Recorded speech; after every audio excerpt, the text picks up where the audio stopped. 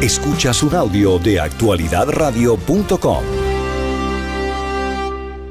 El propio gobierno federal de los Estados Unidos. Datos publicados por el propio Departamento Federal del Trabajo del gobierno del presidente Biden han confirmado que los gobernadores y la legislatura republicanas están liderando el camino de los Estados Unidos a la recuperación laboral. Quiero que presten atención. Hasta ahora, hasta el mes de julio, o sea, julio 31, eso ocurrió hace menos de 3 semanas, 9 de los 10 primeros estados con más empleos recuperados desde que comenzó la pandemia están dirigidos por gobernadores y legislaturas republicanas.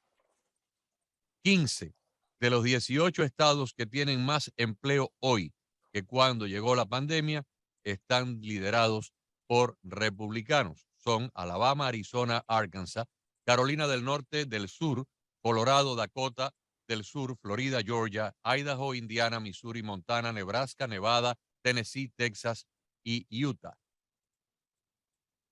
Los estados liderados por republicanos han recuperado un promedio el 106% de sus empleos perdidos en comparación con solo el 92% de los estados dirigidos por los demócratas. Así que más allá de la opinión que pueda tener cualquiera de nosotros, que es un estado de opinión, la matemática no miente. La mejor calidad de vida en cuanto a fuerza laboral, a empleos de buena calidad, a empleos de buena remuneración y otras cosas que tienen que ver también con la calidad de vida, como la menor tasa de criminalidad, como la mayor cantidad de libertades, está ocurriendo en América conservadora, en esos 26, 28, 30 estados gobernados por los republicanos. Los estados que están perdiendo residentes que se marchan huyendo porque no pueden vivir ahí son los estados de Nueva York, New Jersey, Illinois, California, Maryland y por supuesto todos son gobernados por los demócratas. Altísimos impuestos, altísima criminalidad y pocos empleos.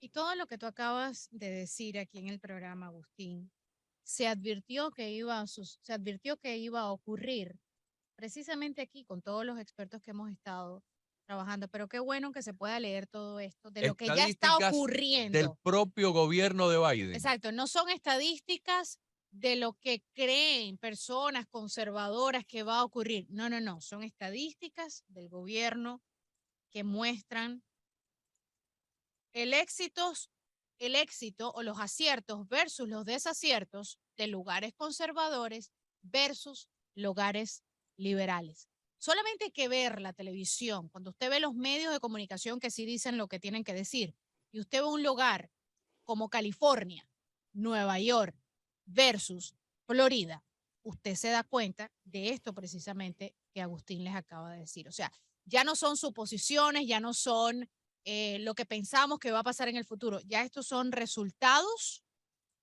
de lo que ha hecho esta administración un año y medio después. Así es, la estadística no miente. Vamos a darle la bienvenida a nuestra invitada y colaboradora de nosotros aquí en Cada Tarde. Ya es una persona que frecuenta nuestro programa, la profesora y doctora en Economía en la Escuela de Negocios de la Universidad de Miami, la doctora María Lorca Susino. La tenemos con nosotros vía Zoom, Tito. La tenemos. Sí. Muy buenas tardes, profesora, qué gusto tenerla con nosotros.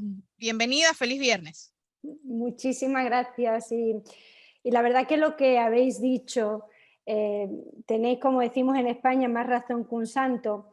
Y no solamente eso, si me permitís, porque luego empezamos en el debate y bueno, me desvío un poco, ¿no?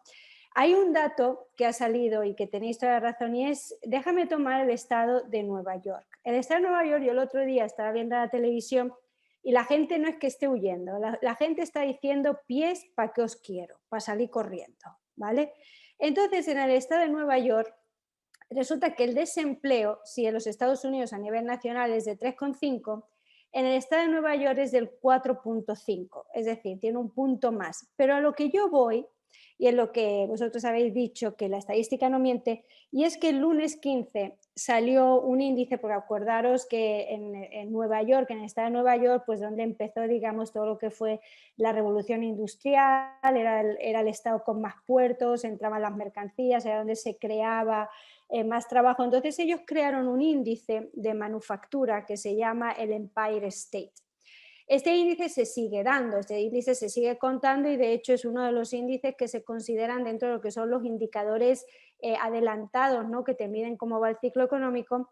Y es que me ha llamado mucho la atención lo que habéis dicho, porque el mes pasado este índice se mide, ¿no? Y estaba en positivo 11.1.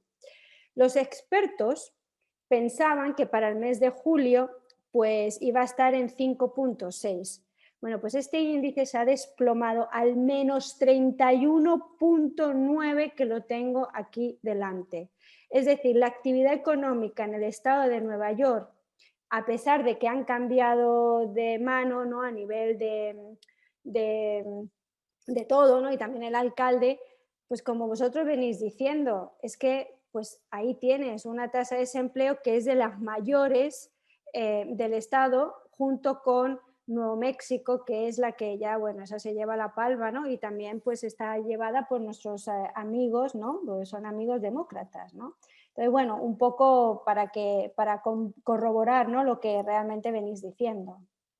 Y la Florida, por cierto, la Florida, en este grupo de 15 de los 18 estados que tienen mejor situación laboral, la Florida está entre los primeros de toda la nación. Entre los primeros de toda la nación. Y eso se le debe a la legislatura republicana y al gobernador DeSantis. Pero esto va más allá.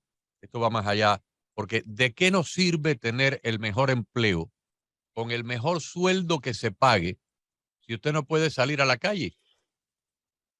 Hoy había una noticia de Portland, Oregón, que es uno de los que están liderados por los demócratas y en el sótano del escalafón. Las personas pudientes en Portland, en Oregón, se están yendo de allí porque tienen casas carísimas, algunas de ellas muy cerca del mar, y no pueden salir a las aceras porque frente a sus casas hay campamentos de desamparados. Las aceras están plagadas de heces fecales, de orine y de jeringuillas hipodérmicas de drogas. Ahora imagínese que usted compra una casa que a lo mejor le costó $1 millón, $1,5 millones, $2 millones en barrios de lujo, está pagando impuestos hasta por las orejas por esa propiedad, tiene que pagar un seguro altísimo y ahora resulta que usted no puede salir a la calle, no puede caminar por la cuadra, por la acera con su perrito o con su esposo, su esposa, disfrutando de una tarde, de un atardecer, porque las aceras están llenas de heces fecales, de orine y de jeringuillas de drogas y campamentos de desamparados. ¿Por qué? Porque el municipio ha convertido a los desamparados en una especie de cosa de santuario allí. Y lo mismo está ocurriendo en otros lugares liderados por los demócratas. Además, la inseguridad en todos estos lugares. En Nueva York, no solamente es que te pueden robar, en Nueva York te están pegando golpes sin ningún tipo y no pasa nada. No pasa nada. O sea, Sin te pegan fianza un para la golpe, calle. te fracturan el cráneo. Un señor de la tercera edad le hicieron un daño terrible, creo que fue una fractura en el cráneo. Ni siquiera le roban. O sea, pasas por la calle y el que tú menos te imaginas te pega un golpe, te tumba al piso, nadie hace nada porque nadie se atreve a meterse. La persona no solo no va a la cárcel, o si es capturado y detenido, en menos de 24 o 48 horas está libre. O sea, ya tú no puedes salir con tu niño, ya tú no puedes ir a hacer un stroll, como decía uno, ay, voy a stroll around the park, alrededor del parque, del Central Park, todas esas cosas, porque te enfrentas a la inseguridad que hay en estas ciudades liberales. O sea, no solamente las condiciones son deplorables como ciudad, una ciudad, por ejemplo, como San Francisco, una ciudad preciosa, divina, y hoy en día la gente que va me dice, mira, espantoso lo que estoy viendo. Pero también la inseguridad, entre la inseguridad y lo horrible que se ha puesto, ¿quién quiere vivir? Con razón, la gente que se está yendo de estos lugares, no solamente se están yendo a lugares conservadores como la Florida u otros lugares, pero se están yendo incluso a México. O sea, hay que pensar lo que es que una persona, un americano, se sienta más seguro de irse a México, cruzar la frontera, que seguir viviendo en California. O sea. Ahora, doctora, a pesar de que su especialidad es la economía, y no es la sociología o no son las cosas espirituales o ancestrales. Yo me atrevería a decir que es como si hubiera caído un polvo cósmico en ciertos lugares y donde quiera que los socialistas y los liberaloides gobiernan, convierten eso en un desastre, porque, por ejemplo, en su propio país natal, en España, las regiones que son gobernadas por el Partido Popular, que es el partido conservador, sería el equivalente de los republicanos allá en España, están con mucho mejor prosperidad, con mucho mejor situación que los lugares por donde los socialistas están gobernando. O sea, esto se puede aplicar a cualquier país donde tenemos esta eh, diversidad de regiones. Mira, sí, pero y te voy a hablar porque justamente yo, sabéis que habéis estado 2 meses ahí, ¿no? Las vacaciones de mi hija. Pero antes de eso es que lo que habéis dicho antes, eso se traslada también a economía, porque ha salido un reporte que son cuántas las licencias para la construcción. Y da la casualidad que las licencias para la construcción de hogares en todas las zonas donde estamos hablando, que son todo lo que es el sureste de los Estados Unidos, pues donde más licencias para construcción, porque es donde se espera que vaya a venir más gente a vivir, ¿no? Huyendo de todas estas zonas. Y sí, efectivamente, mira, yo en España soy una zona que es Andalucía, y en Andalucía, bueno, pues en cuanto hubo democracia ganó el Partido Socialista, ¿no? Hemos tenido Partido Socialista pues 40 años. Yo nací ya bajo el Partido Socialista, y resulta que Andalucía, pues igual que a lo mejor Asturias, que también ha sido socialista desde que cambiamos a la transición, oye, pues siguen siendo las regiones, ¿no? Las comunidades autónomas más pobres que hay en España. Y sin embargo Galicia, que han tenido el PP, o sobre todo Madrid, bueno, pues son verdaderamente emporios empresariales. Madrid lidera lo que es la creación de puestos de trabajo, y están llevados pues efectivamente, ¿no? por el Partido Popular. También en toda la zona de Cataluña, que era pues básicamente donde el general Franco dejó todas las industrias en España, se las llevó a Cataluña, a zona de Barcelona, Tarragona, Lérida, Gerona, ¿no? Y ahora, bueno, pues están gobernadas por unas coaliciones medio raras que no me las sé, pero sé que no son del Partido Popular. Y bueno, yo he hablado con un profesor de la Universidad de Barcelona y está preocupadísimo porque tiene un apartamento, no ha podido ir por la pandemia y teme mucho que se la vayan a tomar los ocupas y que cuando llegue pues haya allí pues eso, una venta de vete tú a saber qué, ¿no? Yo creo que es un trend, ¿no? Digamos, y también lo vemos en América Latina, ¿no? Entonces, no sé qué diferencia hay, qué hay en el ADN de unos y de otros. Bueno, pues no lo sé, pero realmente al final la data y la economía lo demuestran. Absolutamente. Háblenos un poco de cómo usted percibe la situación en este momento, inflación versus recesión. Yo le explicaba a los oyentes antes de ayer que en el 2006 había un economista que nadie conocía, no tenía prácticamente ningún renombre nacional, Nouriel Roubini, y este hombre en el 2006 pronosticó casi que como si estuviera mirando una fotografía la crisis bancaria que habría de ocurrir 2 años más tarde, en el 2008, cuando reventó el mercado de hipotecas. Y a partir de ahí, pues Nouriel Roubini se convirtió en un hombre famoso porque pronosticó como nadie lo que iba a ocurrir, y no se equivocó para nada. Nouriel Roubini escribió un artículo esta misma semana donde dice que este Banco Central, esta Reserva Federal, tiene un trabajo muy delicado en este momento porque es como el mecánico que está apretando una tuerca de una parte de un motor que está patinando. Si la aprieta muy flojo, el motor sigue patinando. Y si se le va de rosca y la aprieta demasiado, entonces tranca el motor y el motor no funciona. Si aprieta demasiado la tuerca, entonces va a causar una recesión, y si deja la tuerca un poco floja, no va a poder controlar la inflación porque tiene una situación la Reserva, decía Nouriel Roubini en este artículo, muy delicada. Y él no ve que este gobierno esté ayudando porque la Reserva está haciendo algo y el gobierno está gastando trillones de dólares por otro lado, o sea, prácticamente cancelando el efecto de la subida de los intereses para controlar la tendencia inflacionaria. ¿Cómo lo ve usted en los próximos 6 a 12 meses? Bueno, Yo estoy completamente de acuerdo, porque ya hemos dicho que la inflación que nosotros tenemos es por dos razones. Primero, porque la cadena de suministro sigue sin funcionar, entonces siguen sin llegar cosas a los anaqueles, ya lo analizamos. Y claro, lo poco que llega, pues está subiendo de precio porque hay muchísimo dinero en el mercado. ¿Cuál es el problema? Y yo me estaba leyendo los dos reportes de la Reserva Federal que han salido, concretamente hoy uno, de la Reserva Federal de Richmond, y tienen un problema grave porque si bien el desempleo supuestamente está muy bajito, la inflación la tienen por las nubes, pero a la misma vez es una inflación que como aprietes, ya hemos visto cómo el consumo está cayendo. Ya hemos visto, salió el reporte de las ventas al por menor. Del mes pasado a este mes, de junio a julio, las ventas al por menor han crecido cero. O sea, cero. No ha habido más compras, no hemos comprado, los consumidores ya no estamos comprando y estamos, como yo siempre digo, en los meses de verano que salimos de vacaciones, que ahora es el back to school y todo eso, ¿no? Entonces, ya los consumidores estamos apretando, nos estamos poniendo a una dieta económica.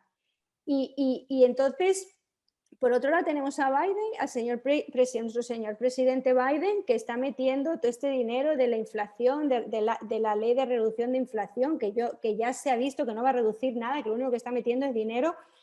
Entonces, a mí no me gustaría ser la Reserva Federal, porque como la Reserva Federal se pase de parón y crea una recesión, eso va a ser la justificación en las elecciones para echarle la culpa, porque este gobierno pues echa la culpa y cambia los términos de las cosas, ¿no? Las dos cosas a la vez y al mismo tiempo, ¿no?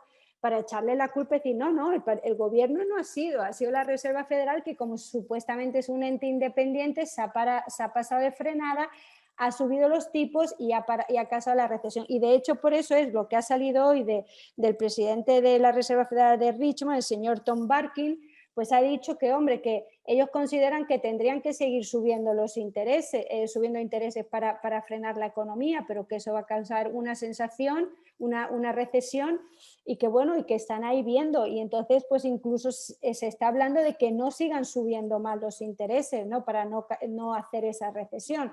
Entonces la situación está muy, muy mal, pero es que los indicadores económicos, por todas partes que usted lo mire, es que te están diciendo que la economía se frena. Y eso me da igual el indicador económico que usted me pida, yo se lo demuestro que se está frenando y sobre todo liderado por el consumo de todos nosotros. Y hay otra situación que va más allá de lo que es el manejo económico o financiero del gobierno, y son factores que están fuera de lo que es la economía o la política monetaria. Es la gravísima sequía que tenemos. O sea, la sequía, que es un fenómeno natural, va a tener, y ahora lo voy a demostrar, un efecto inflacionario. Y usted dirá, ¿cómo? Bueno, muy sencillo. No le pregunto a usted, o sea, el oyente común y corriente dirá, ¿pero qué tiene que ver la sequía con la inflación? Verán cómo. La sequía en este momento está golpeando a una vasta región. Por Han ejemplo, tenido que destruir. sí, Han sí, tenido que destruir. en China, el río Yangtze es el principal río que produce electricidad. Hay una hidroeléctrica gigantesca que se llama la hidroeléctrica de las Tres Gargantas. Ahí se producen millones de kilowatts de electricidad producto del río. El río está enfrentando la peor sequía de su historia. Los niveles del río están ínfimos y por lo tanto el gobierno chino ha ordenado que miles de fábricas en la cuenca del Yangtze River dejen de funcionar porque no hay electricidad para estas fábricas. ¿Qué ustedes creen que se producen en estas fábricas? Los productos que consumimos nosotros en Walmart, en Home Depot y aquí en los Estados Unidos. Aparte de eso, evidentemente, cuando hay una merma en la producción, si habían antes 40 martillos y se vendían a $5 y ahora nada más que hay 3 martillos, pues van a subir de precio porque a mayor demanda hay poca oferta y los precios suben. O sea que la sequía en China nos está causando una disminución de los productos que se fabrican y que se consumen acá y en Europa y en otras partes del mundo. La sequía aquí en los Estados Unidos, del río Mississippi hacia la costa del Pacífico, también es brutal. Está causando un problema con la agricultura de vegetales, con la agricultura de granos, también con las granjas de pollo, de cerdo y de carne de res. Evidentemente, algunos de estos cultivadores y granjeros están teniendo serias situaciones para poder irrigar sus cosechas, están nada más que Alimentando a los prácticamente animales. cosechando lo mínimo para tener semillas para el año que viene y muchos de los animales los han tenido que Sacrificar. sacrificar. Entonces, cuando el pollo, el cerdo, el huevo, la carne de res, el brócoli, no escasee por falta de producción, por la sequía, pues evidentemente los precios van a subir y cuando los precios suben, eso aumenta la tasa inflacionaria porque es parte de la canasta de consumo. ¿Me equivoco, doctora? No, es que es así, porque eso es la parte que siempre nosotros hemos venido hablando, que es la parte que tiene trabada la inflación, porque es la parte de la cadena de suministros. Si no hay cosas, si no hay carne, si no hay pollo, si no hay leche, pues entonces lo poco que hay es más caro. Y referente a China, me hizo mucha gracia, no me hizo gracia, a ver, esto para mí no tiene gracia ninguna, ¿no? Pero me llamó mucho la atención de que salieron diciendo como muy contentos de que China estaba en recesión. Había varias gente que, vaya, estaba aplaudiendo con las orejas, China está en recesión y los Estados Unidos no estamos en recesión porque supuestamente la inflación que tuvimos en julio fue cero simplemente porque los precios no crecieron más de junio a julio, por eso fue cero, porque no crecieron más, pero están en el 8,5 del año pasado, ¿no? Entonces, estaban felices porque en China, bueno, pues decían de que en China pues que estaba en recesión. Pero es que vamos a ver una cosa, vale, está en recesión China porque China viene creciendo, mientras que los Estados Unidos con dificultad tiene un crecimiento económico de un 2%, ellos lo han tenido de un 20, de un 18, ahora están en un 5, ¿no? Y entonces hay un dato que me llamaba la atención y es que resulta que decían, y China está importando menos, porque China está consumiendo menos, porque China compra menos, porque consume menos, porque tiene menos dinero, porque está en recesión. Y yo decía, pero vamos a ver, alma mía, si China compra menos, importa menos, ¿de dónde tú crees que China está comprando las cosas? Pues de nosotros. Si China importa menos, significa que todos nosotros estamos vendiendo menos, le estamos vendiendo menos a China y por lo tanto si ellos no nos compran lo poco que nosotros producimos, vamos a empezar a tener desempleo. Entonces, ¿cómo puedes estar contenta de que China, que es el motor del mundo, esté en recesión y no esté comprando, si lo que China compra es lo que yo produzco? Entonces, yo creo que hay mucha confusión ahí afuera, ¿no? Sobre lo que es los temas económicos en este sentido. Y el tema de China, si China entra en una recesión, la verdad es que nosotros no vamos a salir indemnes, nosotros vamos a tener un golpe también fuerte, porque no solamente nosotros dependemos de ellos, sino por comprarles, sino que también lo poco que nosotros ingresamos viene de lo que ellos nos dan porque nosotros vendemos, ¿no? Entonces yo creo que hay que tomarse todas estas cosas no a la ligera, como yo he visto mucha gente muy contenta de que China supuestamente esté en recesión. Es decir, que están creciendo un 5%. A ver, cuando los Estados Unidos crecieron al 5%, ni siquiera yo había nacido, ¿no? Entonces, bueno, yo creo que todo hay que medirlo con un poquito de perspectiva. Profesora, aprovechando que la tenemos acá, porque lo que podamos decir acá nosotros, que no somos de economistas y profesores de profesión, pues puede ser interpretado como una opinión personal. Pero mucha gente allá afuera está repitiendo lo que dice el presidente de que la inflación es cero, número uno. Y número dos, de que este nuevo plan, ley de reducción de la inflación, va a funcionar y nos va a beneficiar a todos. ¿Usted cómo lo ve desde su punto de vista como un experto? Versus lo que podemos decir o pensar nosotros. Mira, la semana pasada salió la inflación y dijeron que efectivamente los precios de todo lo que está incluido en la canasta básica del mes de junio al mes de julio no han crecido, por eso pone cero, ¿okay? Pero eso no significa que hayan bajado, porque del año pasado estamos en un 5, en un 8,6. Es decir, todo sigue estando carísimo. Yo estuve en el Target comprando los uniformes de mi hija el otro día y aquello era un entierro. Todo el mundo estaba diciendo que caro, que caro, que caro. Todo está muchísimo más caro. Un yogur Chobani lo estamos pagando a 1,5, 1,6. Eso es inflación, cuando lo estábamos pagando 99 centavos o menos hace un año, ¿no?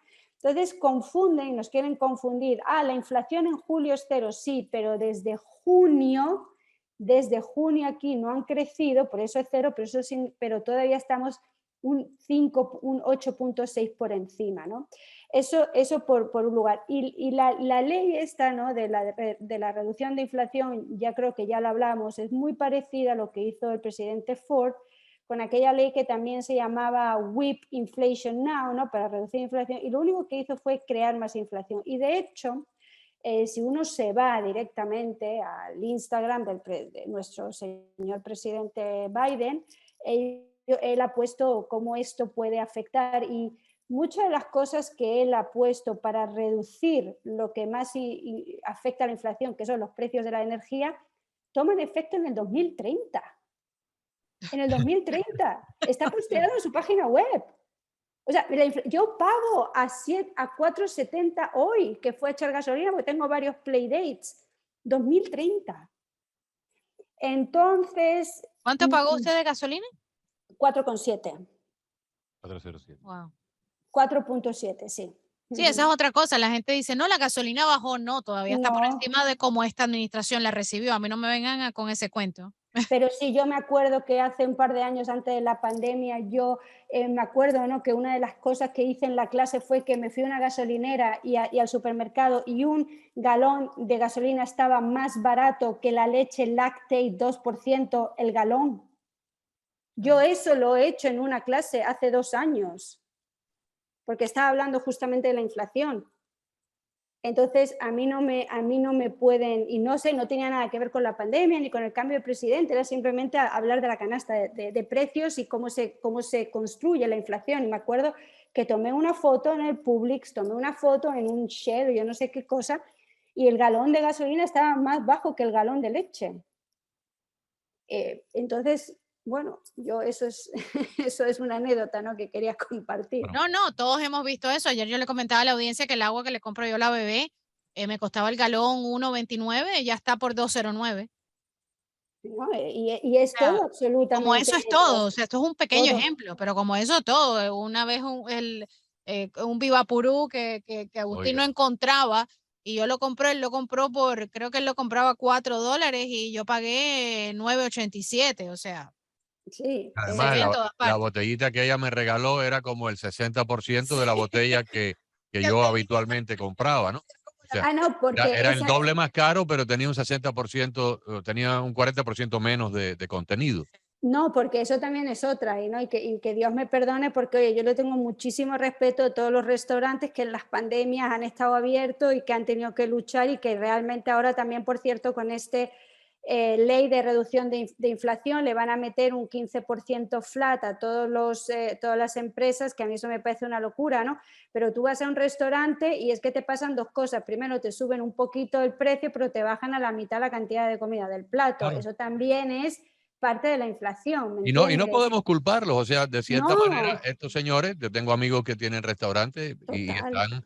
están contra la pared, o sea, los precios Total. que les entran por la puerta del fondo cuando llega el camión de Cisco o el camión de suministros, y el huevo, la harina, el aceite, la Todo. carne, el pollo, está brutalmente más caro. Entonces, el restaurante tiene los mismos gastos, tiene la misma electricidad, el mismo gas, los mismos empleados, las licencias, el alquiler. Y cuando van a sacar el también, plato al menú, dicen, bueno, vamos a subirle al plato un 7, un 8% para que el cliente no se espante, pero al mismo tiempo tenemos que reducir un poco las porciones, porque de lo contrario el restaurante termina perdiendo y quebrando.